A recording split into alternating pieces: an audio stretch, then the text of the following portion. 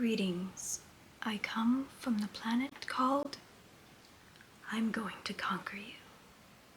I was sent here to rule. Glitch. Glitch, glitch, glitch, glitch, glitch. No, I'm kidding. I'm only here to review the movie Superman. It's written and directed by James Gunn. The film begins with a timeline update for the audience. It states that metahumans have been roaming the Earth for 300 years, that Superman arrived on Earth 30 years ago, and that 3 years ago he came out publicly as Superman. The film continues to inform the audience that Superman has interfered with foreign affairs by stopping Boravia's invasion on its neighboring country, Jarhanpur. This is very similar to real-world events between countries like Russia and Ukraine, or Israel and Gaza. I think it's something that Christopher Reeve would appreciate, since he did this with his film in Superman 4 regarding nuclear weapons. And I agree, I think it's a good thing too, so point for James Gunn there. So because of Superman's intervention, a metahuman dubbed as the Hammer of Boravia went after Superman, and they have been fighting for the last 3 hours, leading to just 3 minutes ago when Superman has lost his first fight in this movie. In just 3 years time. So as I predicted would happen, the film starts with its first trailer where Superman falls out of the sky and pounds into the snows of Antarctica. The white shots of the glistening snow reminds me of Zack Snyder's Man of Steel's first flight. So Superman, who is beautifully played by David Cornswet, is badly beaten, and he is unable to walk, unable to fly, struggling to breathe, bleeding a little bit, crying. And all of this happens within the first minute of the film. He summons Krypto for help by whistling as much as he could. And the sound for this film is so good. It's one of my favorite things about the movie. You can tell how great the sound for this film is when you see Krypto running from a distance through the snow towards Superman. For Krypto, though, he thinks it's playtime. And this super dog with super senses is unable to detect the Superman. He's dying. A bit hard to believe when even Earth dogs can sense humans in distress. Their heart rate slowing down, the inability to breathe, being in pain. But Krypto continues to jump on Superman playfully, adding to his pain. And Superman is having to ask Krypto multiple times to take him home. He's not hearing him. Finally, he listens to him when Superman puts his cape in front of him. That's when he grabs his cape and takes him full speed ahead to the fortress. That fortress rises out of the ground and admits Superman and Krypto via DNA recognition. They are met there by Superman robots. They're ready to take care of Cal. And by the way, I don't think that the film doesn't really ever refer to him by Cal. I don't think. Except maybe when Superman's biological dad, played by Bradley Cooper, I think he says Cal at the beginning of a message that was damaged when a Superman ship entered Earth. But this video that is damaged, the Superman robots, they know that it soothes him. He hears it, so they have that already playing when he's entering the fortress. It makes Superman feel like he is there to help humanity and be a good person, calms him down. So they have the robots are playing that for him while he is in distress. And I'm not against humor in a superhero film at all, if it is properly placed and if it's funny and it works well. And so when the Superman robots like to constantly remind Superman they are not sentient and that they lack feelings, and then they go ahead and say and do things that contradict that, I thought that light humor there not only worked, but was also very endearing and gave the robots personality. Just made them very likable. They scramble and they hurry and they place Superman in front of the side of the fortress that opens up, and there's these magnifying glasses that come in front of him, allowing for the sun to clearly pass through, amplifying its rays into Superman. And when this happens, Superman, he just screams in agony. It came a little unexpected because I'm used to thinking the sun helps him and he heals and nurtures him, but in this case, it does all that too, but it intensifies his pain as well. So that was a little unexpected. but I guess cool to see. Superman gets better and he jumps to his feet, and he's only at around like 83%. I don't know actually the number, but let's just say 80 something percent healed. And he's already just ready to go back out there and get to the fight. Robots, they're telling him, you're not ready, but he doesn't care. And all this time, there's this metahuman that's created by Lex called the Engineer. She's out there in the snow, and she has been tracking Superman to where the fortress is. And so through a portal that leads to a pocket universe and various locations on Earth, including LexCorp, that Lex Luthor had created, we see the hammer of Boravia entering this portal and going straight to LexCorp, which is like a high tower in Metropolis and acts as headquarters for various operations of Lex's. And that's where Lex is with his men right there, including Eve Tessmacher, who goes up to the hammer of Boravia and reveals him to actually be Ultraman. One of those operations is the way Lex fights Superman, because apparently for less than 3 years, I assume, because that's how long Superman has come out publicly as Superman, Lex has had the chances, unbelievably, to register about, I think it was like 1,500 of Superman's fighting moves. Could be more, could be less, I don't actually remember, but it's a lot of moves. It's practically everything in his capabilities as a fighter. Lex has registered all those moves to anticipate how to fight him. So he's always like a step ahead of Superman during these fights that he conveys through the hammer of Boravia in an earpiece. And through him, he is actually fighting Superman. So in less than 3 years' time, there's some serious obsession and dedication there to wanting to destroy Superman. He had time to build this hate in less than 3 years and find a way to beat him. I mean, it's a cool idea, but it feels like it's something that you do in like 3 Superman movies, like towards the end, and you see that hate being built up and that motivation is getting stronger, and then you find a way finally to beat Superman. But no, this happens within less 3 years in the first film.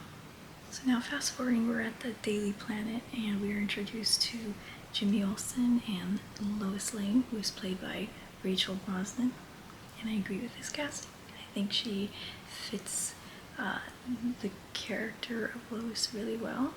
It's not just because of the black hair or similarities to Margot Kidder, but I like it because I like Lois to be feisty and quirky. She's also very competitive, so I like seeing that in Lois. And I love Amy Adams, I do. I love her in other roles, but I never thought that she made a good Lois, and I don't think that she did have any chemistry with Henry Cavill. Even though I love Man of Steel and Batman vs. Superman, I just didn't think that aspects of the film with them worked well. In this film, David Cornswet and Rachel Brosnahan, they have actually a very lovely chemistry, and it works well.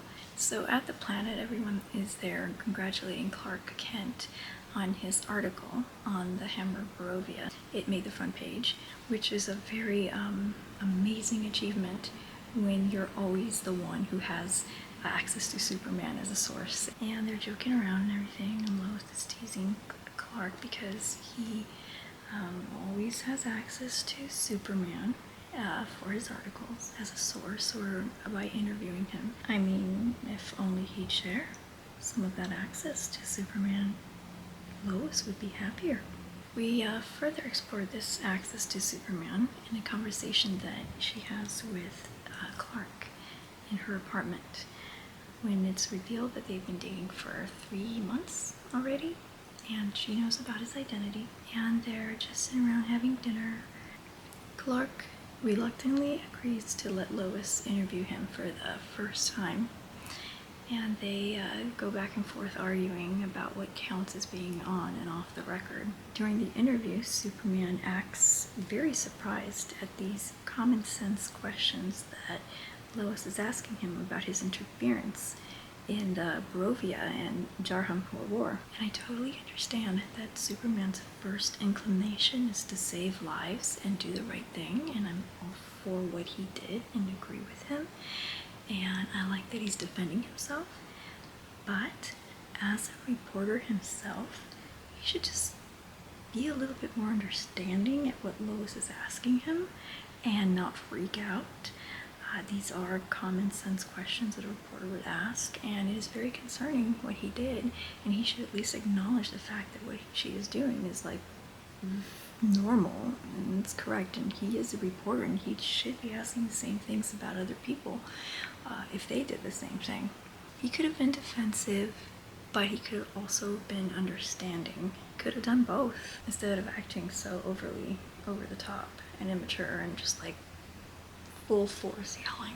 A lot of people compare David's Superman to Christopher Reeve's Superman, but perhaps they're confusing that with the shared characteristic of being kind and compassionate, because Christopher Reeve's Superman would have acknowledged the seriousness of his intervention. His Superman has addressed the United Nations before acting. I mean, not necessarily asking them, but explaining himself. But I'm not saying that David's Superman had enough time to go and ask permission to go and save lives and stop war, but they're not the same in attitude. One would acknowledge what he did was that had consequences, and the other person is just completely just defensive. It felt like Lois was trying to teach a child common sense about these issues. So that interaction with Superman makes Lois feel like they are probably incompatible as a couple.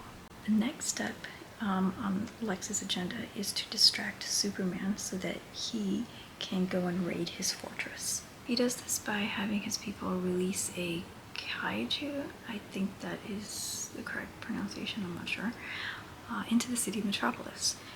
This creature, it starts off small and then it grows really quickly into this massive, huge creature. In this scene, James Gunn makes it a point to point out that Superman is able to save lives in a city while dealing with a massive, large threat. Or maybe he has help doing that. Yeah, he gets help. This solo Superman film has other superheroes helping him. We have Green Lantern, Hawkgirl, and Mr. Terrific on the scene. All three are awesome, likable characters, especially Mr. Terrific. So Superman is conducting various saves and asking about the welfare of the people around him, if they're okay. He also, there's this whole moment when he is met with a large creature and he goes, "Eyes up here," and he just flies up and to distract him away from harming other people around him. So after all that, the scene comes to a point where Superman doesn't feel inclined to kill the creature, but as he was contemplating what to do with the creature, or sending him to an intergalactic zoo or something like that, I guess the point to study him, he was just using every excuse not to kill him. Mr. Terrific goes ahead and just shoots some explosive orbs into the creature's digestive tract, which explodes, killing the creature. It's a scene where we get to see Superman demonstrating his compassion for everything small to great, whether it's a squirrel that he's saving in that same scene to attempting to save the big creature. Some of us can't even kill a spider, we don't like to take it out, and what if that spider was like 300 feet tall? I would ask, "Hey, Mr. Terrific, can you come over here for a bit?" Meanwhile, Lex is already at the fortress with Ultraman and the engineer, and they're raiding the fortress, attacking the Superman robots. Krypto comes out and he attempts to defend the fortress, and that's when the engineer shoots him up with some nanonites. Don't know exactly how to explain what they are, but they're just like these metallic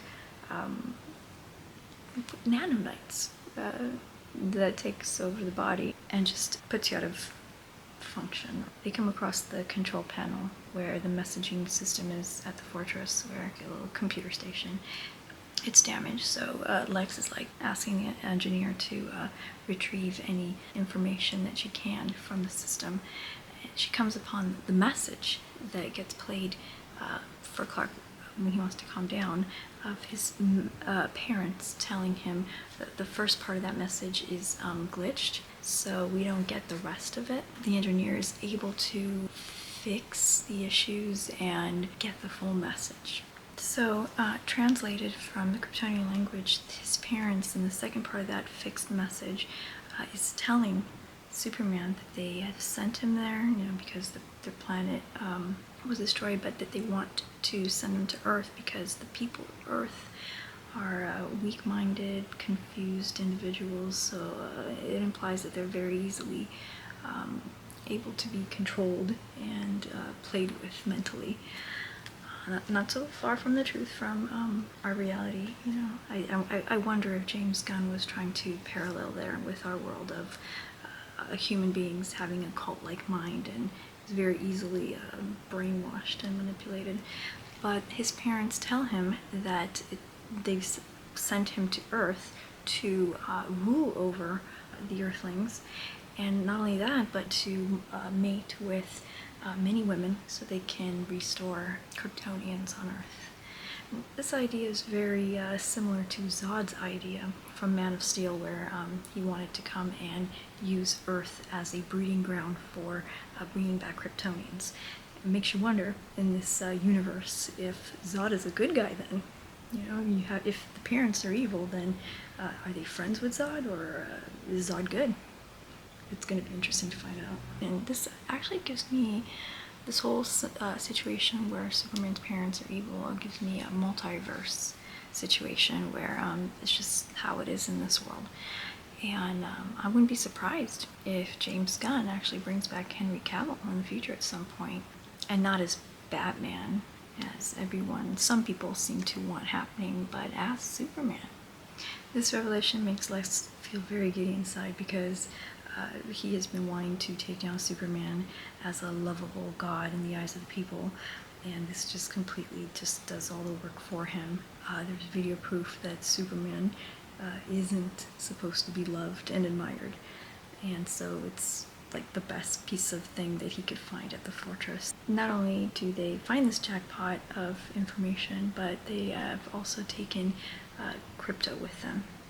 As Superman and the Justice Gang Justice Gang is a name that the Green Lantern had created for the group of three.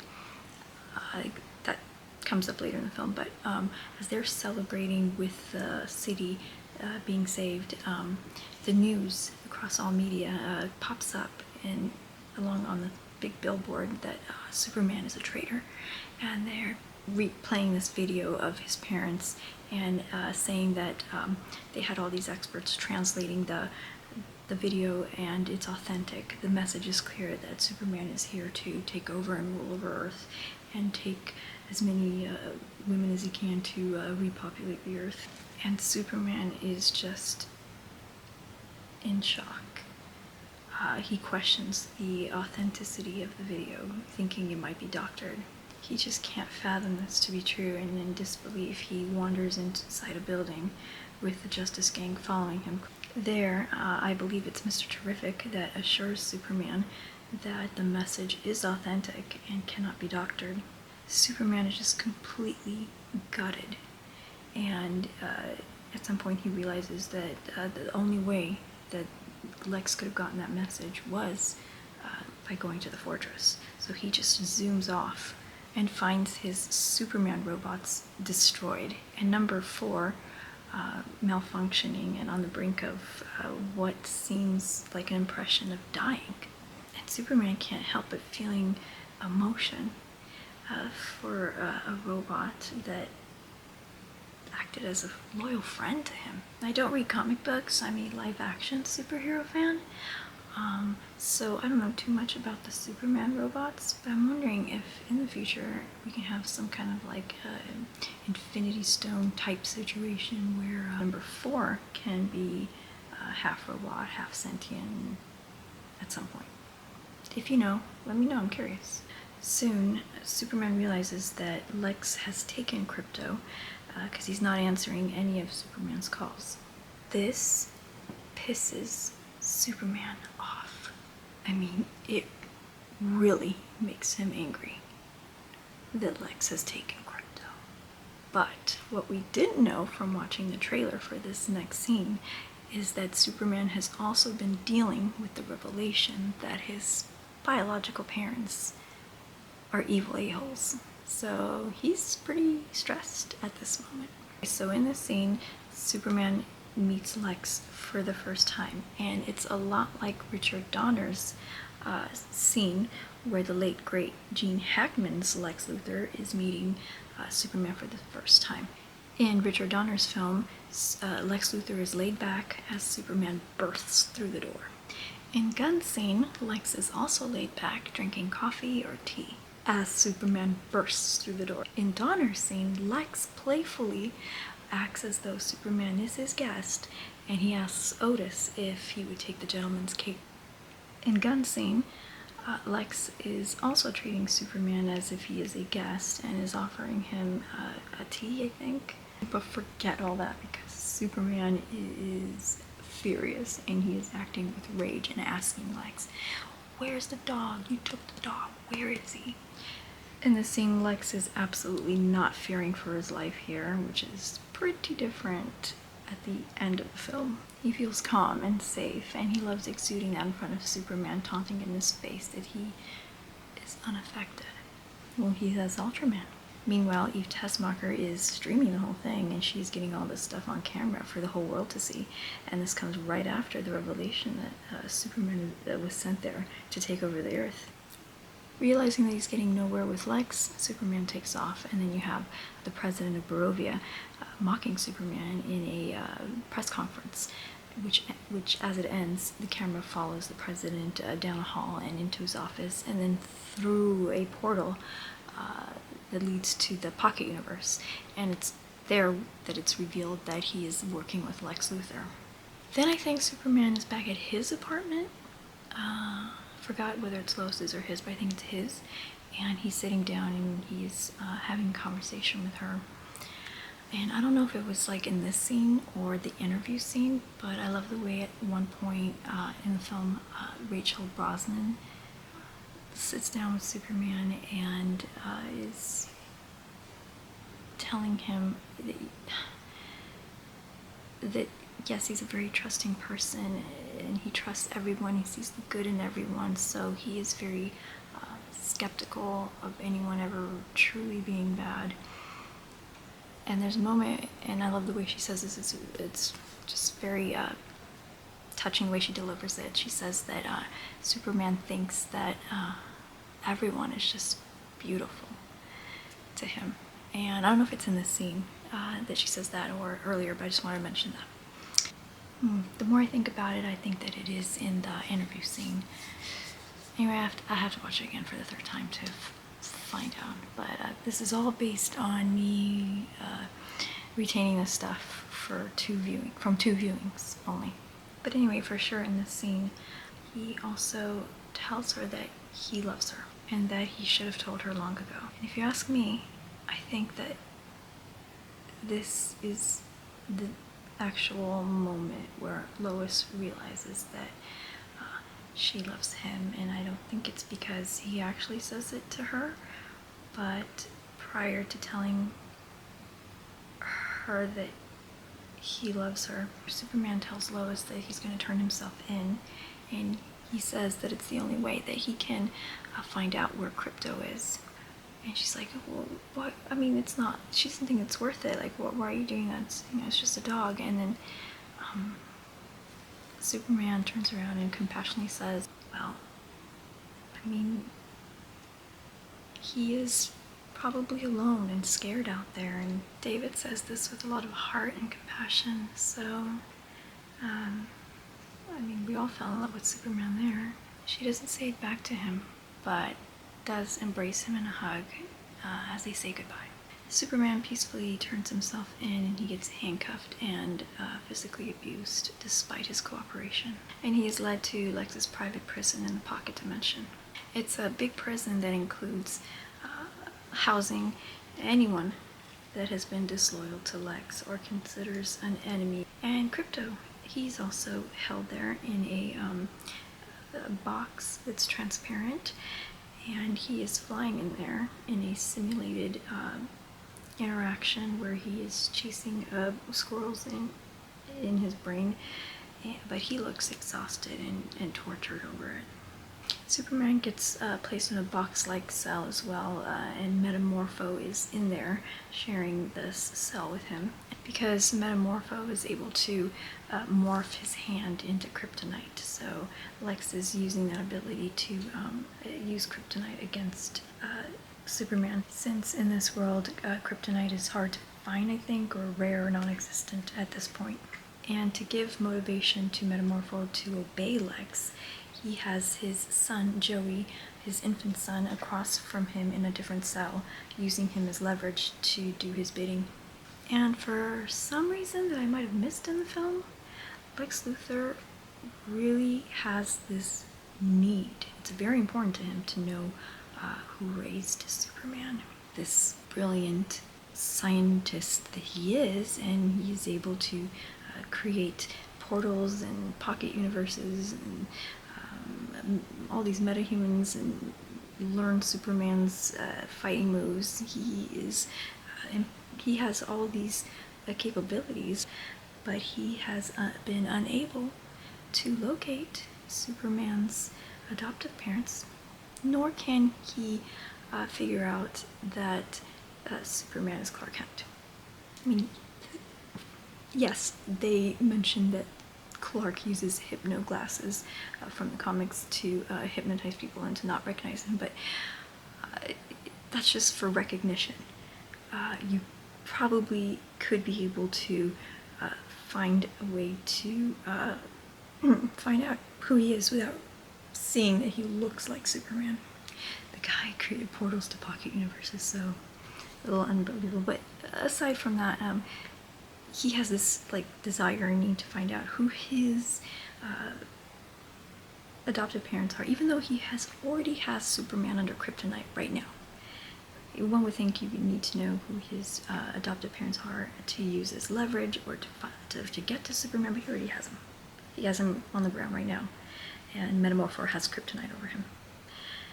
But he really needs to know who his parents are, and he goes to the lengths of bringing in a man that Superman knows, and he uses this man to try to get information out of Superman, find out where his parents are. He plays Russian roulette with this guy, and of course Superman he's panicking, and while he's panicking, Lex manages to shoot him before Superman can even answer. This deeply affects Metamorpho and Superman greatly, and they both, start suffering over the fact that man's life was lost. Lex leaves, promising that he's gonna get somebody else to play this game with. He says that he might even get Clark Kent, since they're so close. And Metamorpho, having rejected Superman's offer earlier to let him go, and he would save his son for him. So he regrets not letting Superman go, but he changes his mind and lets him go. And also helps him regain some strength because he's weak in this pocket universe, not having the sun to give him strength. Metamorpho can't morph into the sun, but he says that he can do something kind of like it using the elements. He forms this ball of light that actually helps Superman regain some strength. Not full power, but enough to save baby Joey and get Krypto. While they're doing all this, they are fighting, I think, raptors and Lex's men. They're flowing in a river. They're trying to escape, and they will. Because earlier in the film, while all this has happened, Lois at the Daily Planet is hanging around with Jimmy, and Jimmy has gotten a text from his ex-girlfriend, which happens to be Eve Tessmacher, and she is still infatuated with him and hasn't let go, and keeps texting and calling him about how she wants to meet up with him. And one of the things she tries to lure Jimmy into agreeing to that stuff, those meetups, is to offer him information on Lex.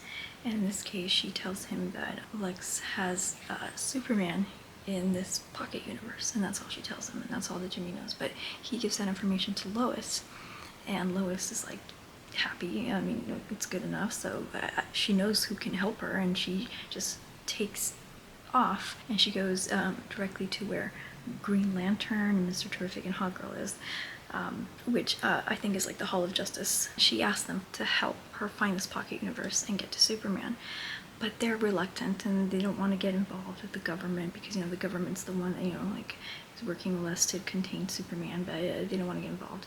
And then she just gets angry and just accuses them of not being friends. Mr. Terrific does confirm the fact that he's in a pocket universe by tracing Superman's DNA. He had admitted that he injected everyone with some kind of tracking nano stuff, or I don't remember, but he has like trackers, DNA trackers of everyone, he says, including Superman. So he confirmed that Superman is indeed in a pocket universe. Lois, she storms out of there, and then Mr. Terrific changes his mind and follows her. Says, okay, you know, I'll help you. He's probably a little curious about this whole pocket universe stuff too, so maybe that got him going. But anyway, they take his aircraft and he tracks Superman's DNA. It leads them to the desert. It's a camp of Lex's men hanging around there, protecting this portal, whatever. They set up base there. And they land there, and he is tracking Superman's DNA footprints that he left behind and leading them towards this portal. But to get to the portal, and okay, this is like one of my favorite scenes in the movie. The camera work is amazing, it's awesome, and it has like the greatest music playing with this action sequence, and it makes Mr. Terrific look pretty badass.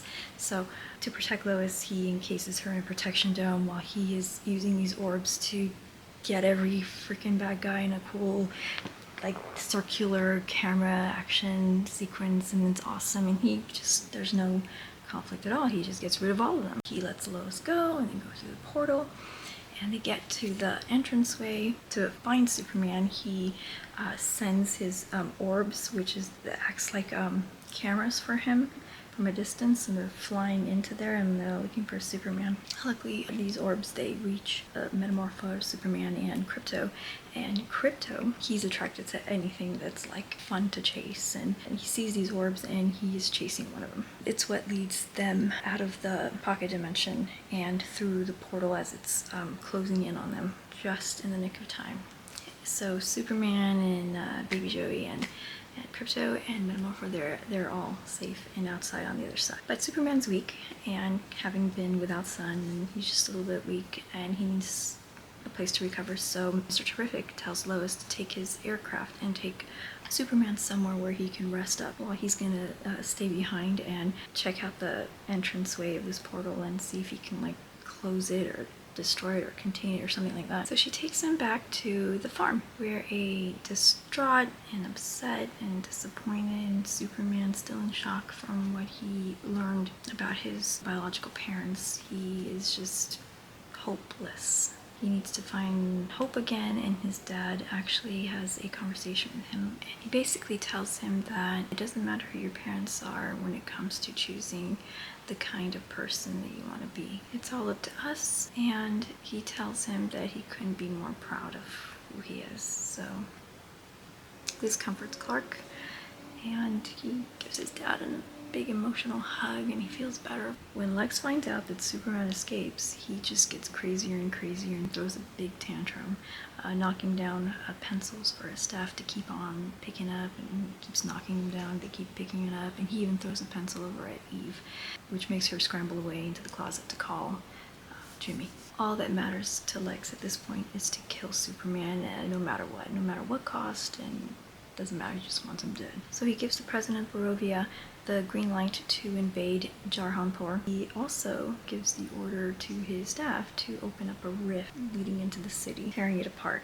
Meanwhile, Eve is in the closet talking to Jimmy about Lex freaking out. She is emotionally distraught and is crying, and at the same time she is asking Jimmy to see her this weekend and to hang out with her, and in exchange for that she promises to send him everything that they need to incriminate Lex and take him down. Jimmy reluctantly agrees to meet up with Eve, and she gets caught, so she quickly sends a bunch of selfies of herself. Jimmy is like, oh, Eve, he's totally disappointed in her.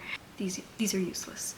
But Lois, she inspects them and she sees the genius that is Eve, because she had been taking all these selfies with the background being various documents and plans of Lex's, revealing that the whole thing was orchestrated by him working with the president of Boravia to invade Jarhanpur, and in exchange for helping sending weapons and all that, Lex would get this piece of land in Jarhanpur where he would make himself like king. Okay, so all that is in the documents in the selfies. So because Lex ordered the president to invade Jarhanpur at this time, a crowd has been forming and chanting for Superman's help, even though they know they've seen and heard that Superman's parents told him to invade Earth and conquer Earth. Put that aside and they have hope and they believe in Superman. That he's here to help. So they're chanting and crying for him desperately. These children, they take this pole and they bring it up, and it's like probably the best moment in the film. It is the best moment in the film. And they have this pole up with a handmade flag or cloth with Superman's emblem on it, and they are just hoping that he would come and save them. And John Williams' theme is played during this time via electric guitar, and it's pretty cool. So Clark's mom interrupts the conversation that he was having with his dad earlier on the porch about telling him that he is his own person and it doesn't matter who his parents are.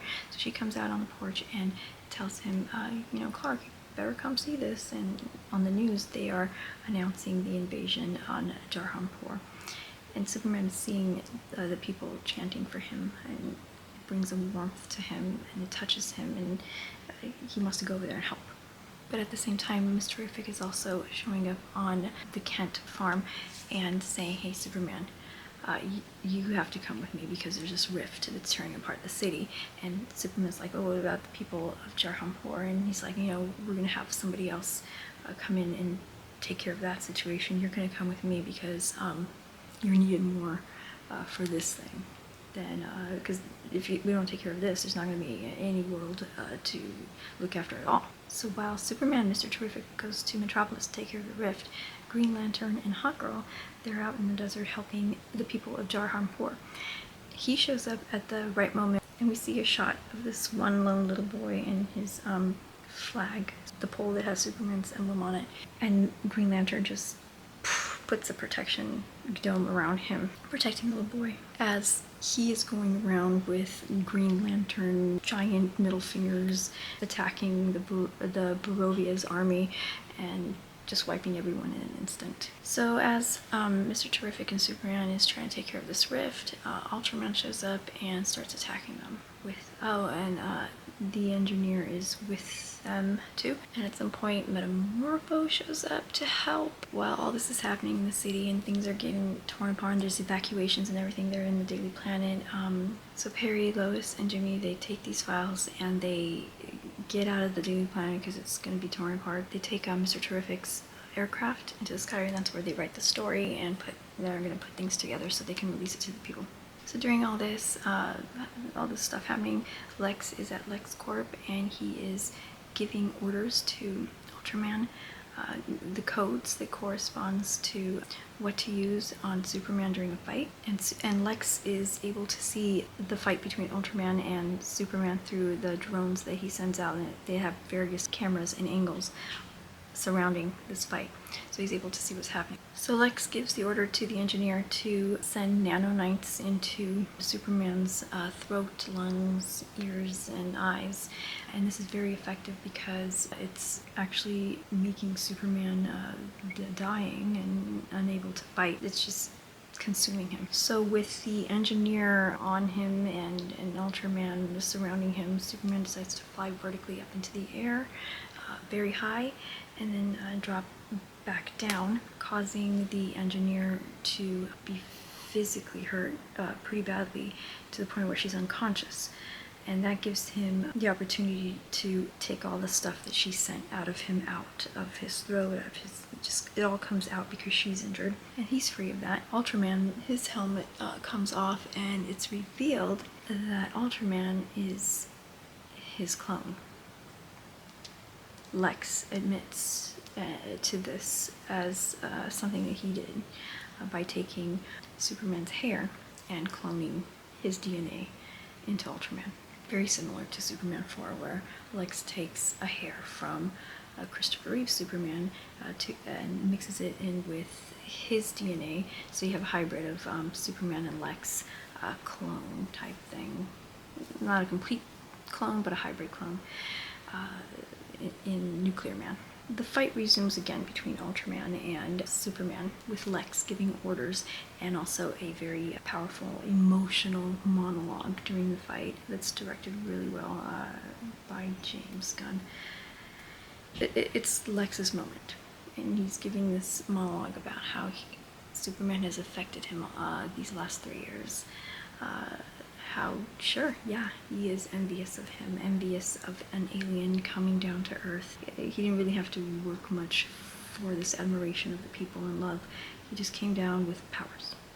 And the people fell in love with him instantly and admired him. And he is jealous of that.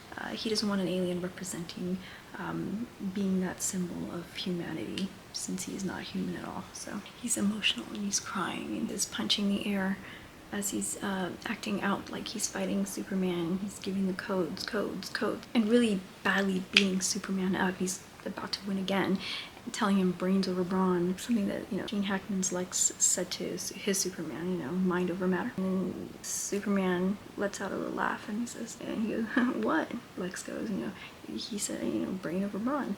And at that point, he calls Krypto. And Krypto comes flying in, and what does Krypto do? Superman tells him, go get the toy. And of course, Krypto's gonna go and destroy every camera drone that Lex has on the fight. And now, without Lex having the full view of the fight or any eyes on, Ultraman and Superman, he can't give the orders to Ultraman. Superman gains the advantage. So then the Superman is able to fight Ultraman, and they end up near Lex's black hole. They're all about to go in. Superman, Ultraman, even Metamorpho's there, fighting off some of the Raptors. He's there, Krypto's there, and then they're all about to be sucked into this black hole. But Superman uses his super breath to blow them away from the suction zone, but not for Ultraman. Ultraman he gets sucked into the black hole. They're safe. So Superman's safe. They escape. Metamorpho he's like this weird form, because he had exploded and released acid on these raptors. And he's just sitting there with Superman after they escaped the black hole, and he goes, dude, you're weird. He's the one that looks weird. Now, Lex has something to fear. Without his puppet, Ultraman. And what's that? Is Superman approaching him through the window? Better make a run for it. Oops, too slow. Or Superman is too fast. Either way, Lex is caught as he's trying to run out the door, and he's still babbling on about Superman not being a great representative for the humanity and how it's not fair, blah, blah, blah, blah, blah. To which Superman tells Lex gently, man, you're wrong about me. Okay, I'm human just like you guys. I feel the way you feel. I get sad, scared, happy. I'm not sure of myself when I wake up in the morning and just take one day at a time like you guys do. This doesn't register with Lex, and he goes on and on and on, until, Krypto has had enough of his mouth, and he swoops in and takes Lex and just smashes him around. To which Superman goes to Krypto, hey, dude, come on. Also, during that scene at some point, Lois and Jimmy, they hit send on the story, and they are broadcasting to everyone that Lex is a traitor, and all of his plans to take over part of Jarhanpur and become king and all that, and working with the president of Boravia and orchestrating this whole evil plan of his. It's out there for the public, and he is seen at a status even lower than he wanted to be. He wanted to be better than Superman in the eyes of the people, to be loved, and now he is gone from admired as a billionaire, whatever, for his great achievements, to lower status than he was to begin with. So he is really hating Superman right now. So Lex gets taken to Boravia, and Lois takes Superman and leads him to an empty Daily Planet building where she can grab him and kiss him and tell him that she loves him too. Not so private though, because outside Perry's asking Jimmy how long he thinks that Superman and Lois have been an item, to which he responds too quickly, 3 months. So the film has 2 more scenes after that, and one is before the credits and one is after the credits. The first one before the credits is of Supergirl stumbling in drunk into the fortress. She had been on a different planet where they don't have a yellow sun, which allows her to get drunk. So she comes in to collect her dog, which is Krypto. And upon leaving, she says bye to her cousin and calls him a bitch. She is just as unruly as her dog. They are the same thing. In the last scene, after the credits, you have Superman and Mr. Terrific looking to where the rift caused the damage between a building, and they're debating on how well it was repaired. They're just having fun with that one. And so the credits roll to a very annoying punk rock song belonging to a group that Clark earlier had mentioned in the film to Lois that he loved. They had this moment where they were sharing their love for punk rock music, where Lois demands that she has a more authentic love for certain bands, whereas his is just, you know, generic stuff. But anyways, the song is played and it's annoying, and that's the movie. It's just a childish version of a Superman movie where Superman is immature, Lex is immature, but it has its great moments. David's interpretation and performance is very genuine and heartfelt, and I love the kindness that the movie shows in Superman, and the suit still sucks, and I don't know, hopefully we'll get an upgrade. I hope. So I give this movie an A+ for sound and sound mixing. Just, it's perfect. I think a B for cinematography because there's nothing noticeably wowish about it. Maybe an A- for the soundtrack, the score. You have to have an A if you're using John Williams music. A D for the punk rock stuff. I have to give it a B for writing, just because a lot of things doesn't work for me, like Lex's motivation. In 3 years' time, he created a portal to a pocket universe, copied Superman, and he's doing all these scientific things and achievements, and he's also, in that time, creating a hate. There's chances there to hate Superman, and so I don't know if 3 years is enough for Lex to develop that much hate for Superman and be able to accomplish so many things. Again, I feel like something like that should happen over like 2 or 3 movies. I feel like this is like the end of a saga or something of that nature, but yeah, so a B for writing and a B+ for directing. I don't know, for me, a Superman movie has to have more epic moments and epic writing and be this huge, huge inspirational film. And I'm not saying that David didn't have his moments of being inspiring, and I don't know, maybe the sequel's gonna get an A? We'll see. Right now, I give the film an overall B+. I have to say that my first viewing, I spent a lot of time judging it and lingering. I had lingering thoughts on do I agree with this, and I was just making mental notes in my head. And the first time, let's just say that I enjoyed it better during my second viewing, which was in 3D IMAX, and I like the film more in 3D. I like all films more in 3D, but I was able to let go of some thoughts and sit back and watch the film and like it better than the first time. And lastly, here are my rankings of my favorite Superman solo films.